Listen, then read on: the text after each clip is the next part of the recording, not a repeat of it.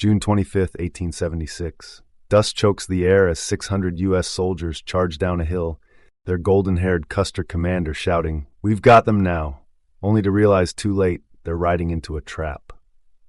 By sundown, every last man in that detachment lies dead, scalped, and scattered across a bloody ridge called Little Bighorn. At the heart of it all, a Lakota warrior named Sitting Bull, who didn't just outsmart General George Custer, he crushed him, delivering the U.S. Army its most humiliating defeat ever, 268 dead, 0 survivors. To the Lakota, he was their shield, a chief who'd rather die than bow. To the government, he was a spark that could burn their control to ashes. But here's the kicker. This victory wasn't the end, it was the beginning of his downfall. How did one man's defiance turn a nation against him? And what price did he pay to protect his people's way of life? Sitting Bull's birthplace is tough to nail down because the stories don't agree. History books point to around 1831 near the Grand River in what's now South Dakota, a wide, flat stretch where buffalo roamed thick back then. His descendants argue it was actually in Montana, near what we call Mars City today, by the Yellowstone River, a rugged area with hills and a strong current cutting through. With no solid evidence either way, it's a toss-up between South Dakota and Montana, and people still argue about it. He belonged to the Hunkpapa Lakota, one of the groups making up the Sioux Nation. They were a hardy people who lived by following buffalo herds across the plains, relying on the land for everything.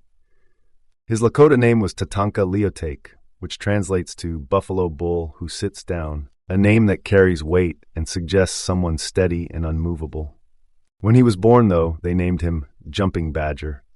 As he grew up, folks started calling him Slow, not because he lacked energy or smarts, but because he had a calm, thoughtful way about him that stood out. His family put him on a serious path from the start. His father returns again, served as a tribal chief, a man respected for leading hunts and defending the Hunkpapa. His uncles held the same rank, running camps and facing down threats to keep their people strong. Growing up surrounded by leaders like that meant Sitting Bull wasn't just another kid in the camp. He carried the expectation that he'd take charge one day too. A heavy load in a world where survival demanded toughness and quick thinking. It's around 1831, and Sitting Bull enters the world, either near the Grand River or the Yellowstone, starting life as Jumping Badger with the nickname Slow. He's raised in a Hunkpapa camp where his dad and uncles are chiefs, watching him closely.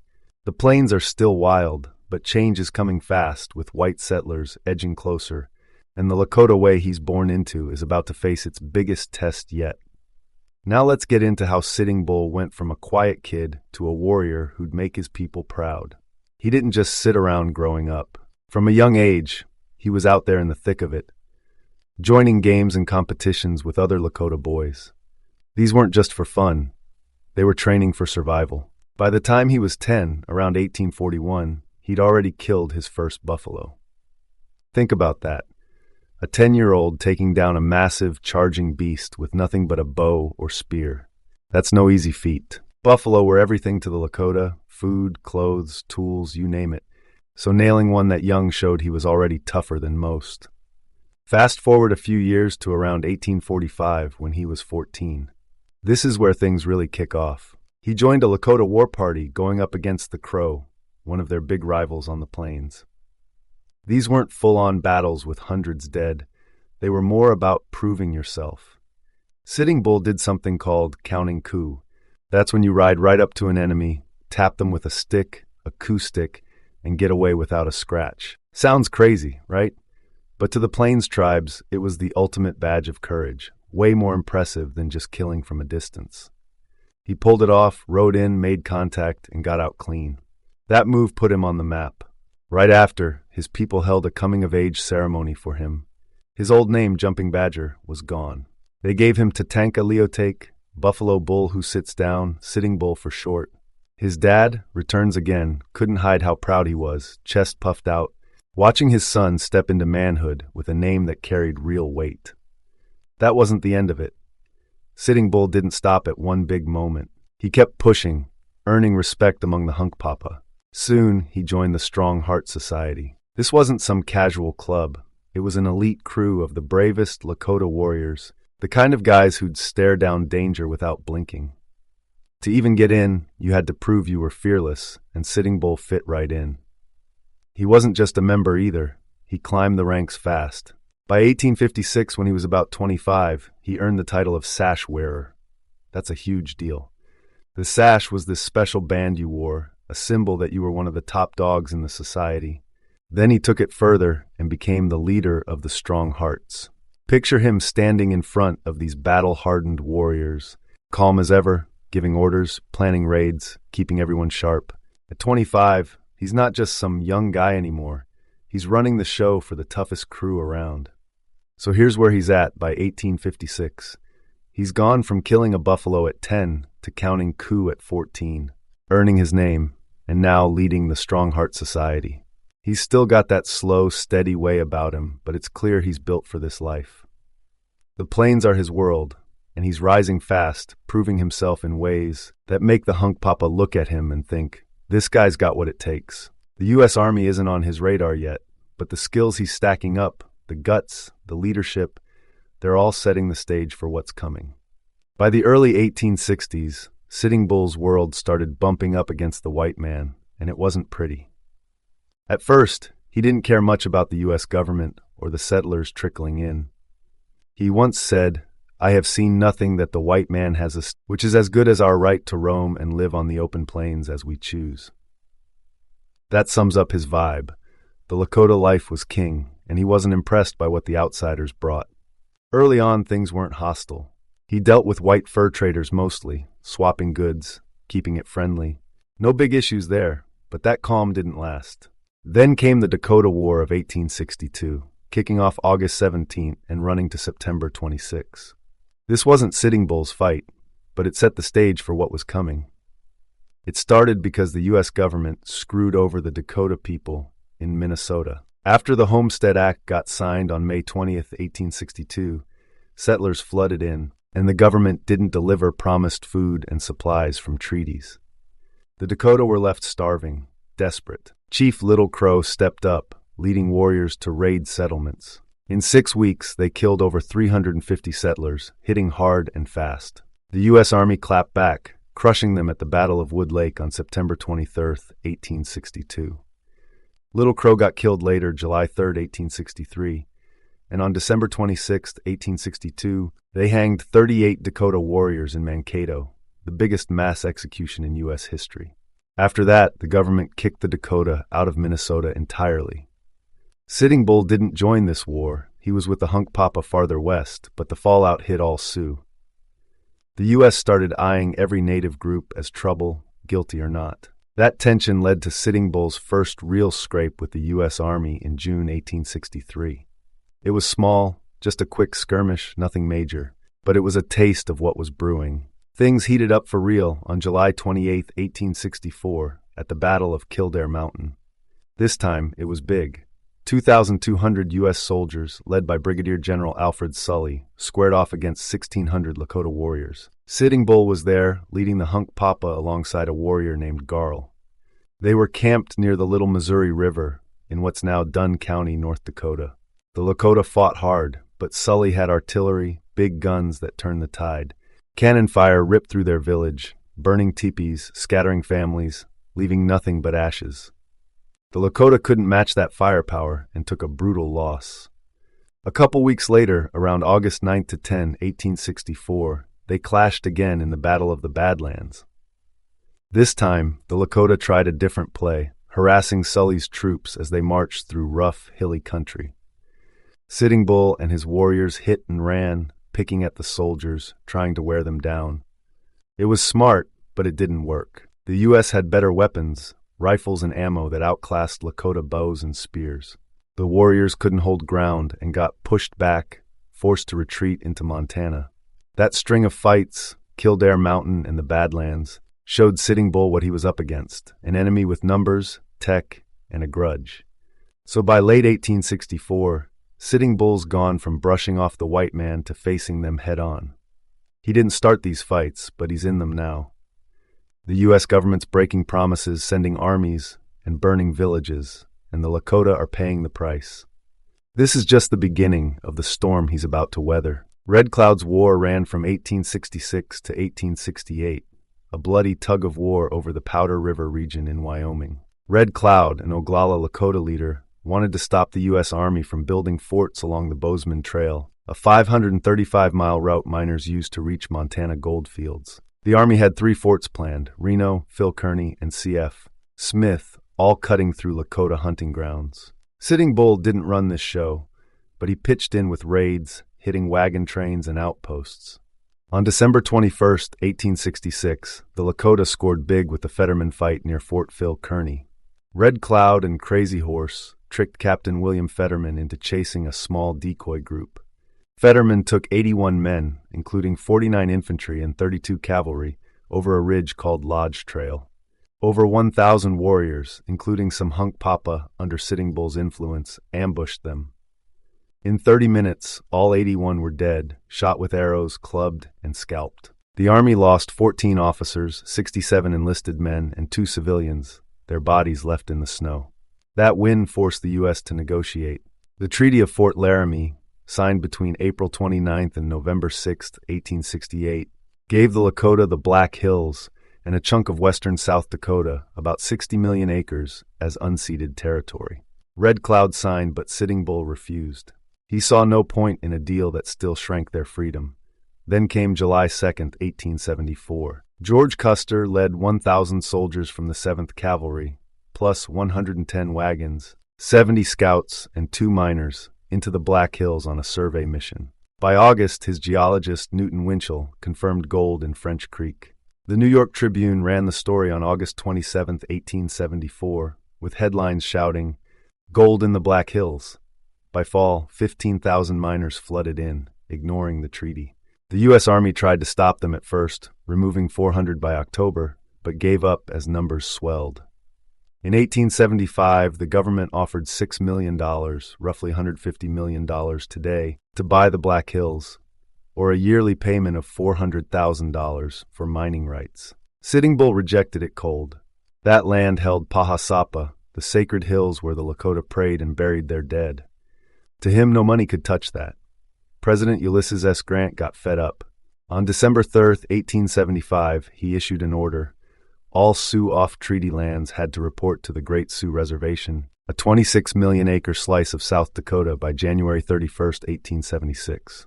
Miss the deadline, and you're a hostile. Sitting Bull ignored it. Winter travel was brutal, and he wasn't leaving the Powder River country. That defiance led to June 25, 1876, the Battle of Little Bighorn. Sitting Bull gathered 10,000 people, including 2,000 warriors, along the Little Bighorn River in Montana. Crazy Horse brought 900 Oglala fighters, Garl led Cheyenne allies, and the Hunkpapa stood ready. Custer, with 647 men from the 7th Cavalry, split his force into 3. He took 211 under his direct command, sent 112 with Captain Benteen, and 175 with Major Reno, expecting General Terry and Gibbon's 400 reinforcements later. But Custer didn't wait. On June 25th, he attacked, hitting Reno's group first at 3 p.m. Reno lost 40 men in 20 minutes and retreated. Custer pushed north to a ridge, Last Stand Hill, with 210 men. By 4:30 p.m. on June 26, 2,000 warriors swarmed him. Arrows rained down, 500 per minute at peak, and close combat finished it. All 210 died, including Custer, shot in the chest and temple. Total U.S. losses hit 268, with 55 wounded elsewhere. The Lakota and Cheyenne lost maybe 31 warriors, though estimates ranged to 100. It was the Sioux's biggest victory, shattering the 7th Cavalry and humiliating the Army. Sitting Bull's vision and leadership made it happen, but the celebration was short. The U.S. wouldn't let this slide, and the fallout was coming fast. After Little Bighorn, the Lakota knew the U.S. wouldn't just lick its wounds and move on. Sitting Bull's big win in June 1876 spooked the Army, and they came back swinging. The government cranked up the pressure, sending more troops to hunt down the Sioux, and slashing rations on reservations to starve them into giving up. By winter 1876, over 3,000 soldiers, including the rebuilt 7th Cavalry, were scouring the Powder River country. The Lakota split up to dodge the heat. Some stayed, some ran, and Sitting Bull took his Hunkpapa north, away from the mess. On May 5, 1877, Crazy Horse caved, persuaded by Red Cloud to surrender at Fort Robinson in Nebraska with about 900 followers. He'd fought hard, but the Army's relentless push broke him. Sitting Bull wasn't ready to quit. He led a few hundred Hunkpapa, maybe 300 to 400 people, across the border into Canada that spring, aiming for safety in what they called Grandmother's Land under Queen Victoria's rule. From 1877 to 1881, Canada was home, but it was no picnic. They settled in southern Saskatchewan near Wood Mountain, about 150 miles north of Montana. The first year they had maybe 5,000 people total, including other Sioux bands, but the buffalo, their lifeline, were disappearing. In 1876, Canada's herds numbered around 10,000. By 1880, hunters and drought cut that to under 1,000. Harsh winters hit too, with temperatures dropping to 30 below zero, freezing rivers and burying camps in snow. Food ran low, and the Canadian government wouldn't help, telling them to go back to the U.S. Sitting Bull's group shrank fast. By 1879, only 1,000 or so remained, and by 1881, it was down to 18,700, mostly his die-hard Hunkpapa. His own people started peeling off, some heading to U.S. reservations where at least rations were promised, even if they were meager. By July 1881, Sitting Bull had no moves left. On July 20th, he rode into Fort Buford, North Dakota with 186 followers, 44 men, the rest women and kids. He handed over his Winchester rifle to his son Crow Foot, who gave it to Major David Brotherton, a symbolic end. The Army locked him up at Fort Randall, 200 miles south, for nearly 2 years, until May 1883. They kept him under guard with 200 other Sioux, living in barracks on 10 cents a day per person for food. Released at 52, he settled at Standing Rock Reservation in South Dakota, a 3,500 square mile patch split between 2 states. The government wanted him to farm, handing out seeds and plows, but Sitting Bull wouldn't bite. He'd never tilled soil and wasn't starting now. Instead, he leaned on his Little Bighorn fame. People knew his name, whites and natives alike. He charged $1 a pop for photos and autographs, a decent haul when a laborer made $1.50 a day. In 1885, Buffalo Bill Cody came calling. Cody's Wild West show was a traveling circus of cowboys and Indians, pulling 20,000 spectators at big stops. Sitting Bull joined for 4 months, June to October, earning $50 a week, about $1,500 today, plus bonuses for photo sales. He rode in parades, reenacted battles, and stared down crowds in cities like Chicago and New York. But he hated it, calling it a fake life. By fall, he was back at Standing Rock, done with the spotlight. This stretch, 1877 to 1885, took him from exile to surrender, from leading hundreds to scraping by. Little Bighorn made him a legend, but it couldn't stop the tide. By the late 1880s, Sitting Bull's world was shrinking fast, and a new spark called the Ghost Dance movement lit up the plains. It started with a Paiute prophet named Wovoka in Nevada, who, in 1889, claimed he'd seen a vision. If native people danced this special dance, the earth would renew, the buffalo would return, and the white man would vanish. Word spread like wildfire. By 1890, over 20 tribes, including the Lakota, picked it up. At Standing Rock, where Sitting Bull lived, folks started dancing in circles, chanting, some wearing white shirts they thought could stop bullets. To the Lakota, it was hope, a last shot at bringing back the old days. To the U.S. government, it was a powder keg. They figured Sitting Bull, still a big name after Little Bighorn, might turn this into a full-on rebellion. Indian agent James McLaughlin, who ran Standing Rock, watched him close. McLaughlin wrote in November 1890 that Sitting Bull's influence could rally 600 warriors in days. The Army agreed, stationing 3,000 troops across Sioux lands that fall, just in case. On December 15, 1890, it all came crashing down. McLaughlin sent 43 Indian police, mostly Lakota recruits, to arrest Sitting Bull at his cabin on the Grand River, 40 miles southwest of Standing Rock's agency. They rolled in at 5:30 a.m., before dawn, hoping to grab him quiet. Sitting Bull, 59 now, was inside with his family. The police, led by Lieutenant Bullhead and Sergeant Shavehead, barged in, woke him up, and told him he was under arrest for backing the ghost dance. He didn't fight at first, just got dressed slow, but outside, 150 of his Hunkpapa supporters gathered, yelling at the police to back off. Things got tense fast. As they dragged him out, a warrior named Catch the Bear shot Bullhead in the side. Bullhead, bleeding, turned and fired into Sitting Bull's chest. Shavehead put a bullet in his head a second later. Sitting Bull dropped dead at 6 a.m. Chaos erupted. Gunfire popped for 10 minutes, killing 6 police including Bullhead and Shavehead, and 6 Hunkpapa, with 2 more dying later.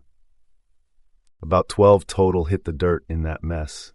The police ran off, chased by Sitting Bull's people, who only stopped when Army cavalry, 100 strong, showed up an hour later from Fort Yates. That wasn't the end of it. 2 weeks later, on December 29, 1890, the U.S. Army struck again at Wounded Knee, 170 miles south near Pine Ridge Reservation. The 7th Cavalry, 500 soldiers with 4 Hotchkiss guns, rounded up 350 Lakota, mostly Bigfoot's band who'd been dancing the ghost dance too. The Army wanted their weapons, about 40 rifles. A scuffle broke out when a deaf warrior, Black Coyote, wouldn't drop his gun. A shot rang out and the soldiers opened fire. In 30 minutes they killed 150 to 250 Lakota. Numbers vary because bodies got buried quick in a mass grave. At least 90 were women and kids, shot running or hiding in ravines. The Army lost 25, mostly from friendly fire in the chaos. Snow fell that night, freezing the dead where they lay. It was a massacre, meant to stomp out the ghost dance and the unrest tied to Sitting Bull's killing. Sitting Bull's death and Wounded Knee closed a brutal chapter. He went from a legend to a target, taken out by his own people turned police, all because he wouldn't bend. The Lakota paid for it with blood. Sitting Bull's life was a wild ride that ended rough. He started as Jumping Badger, a quiet kid born around 1831, and grew into the warrior who smashed Custer at Little Bighorn on June 25, 1876. That day, he led 2,000 fighters to wipe out 268 U.S. soldiers, a win that made him a hero to the Lakota and a nightmare to the government. But it didn't last. By December 15, 1890, he was dead, shot down at 59 by Indian police in a skirmish at Standing Rock. From a boy chasing buffalo to a legend gunned down in his own camp, his story spans 59 years of grit and loss. He stood for unyielding resistance, never signing treaties or selling out the Black Hills, even when the U.S. dangled $6 million in 1875. He fought to keep the Lakota free, roaming the plains like they always had. But he also watched it all crumble. The buffalo dropped from millions to a few hundred by 1889. The Army rolled in with 3,000 troops after Little Bighorn, and Wounded Knee buried 150 to 250 of his people just weeks after his death. The U.S. had numbers, guns, and a hunger for land that crushed the Lakota's 60 million acres down to scraps.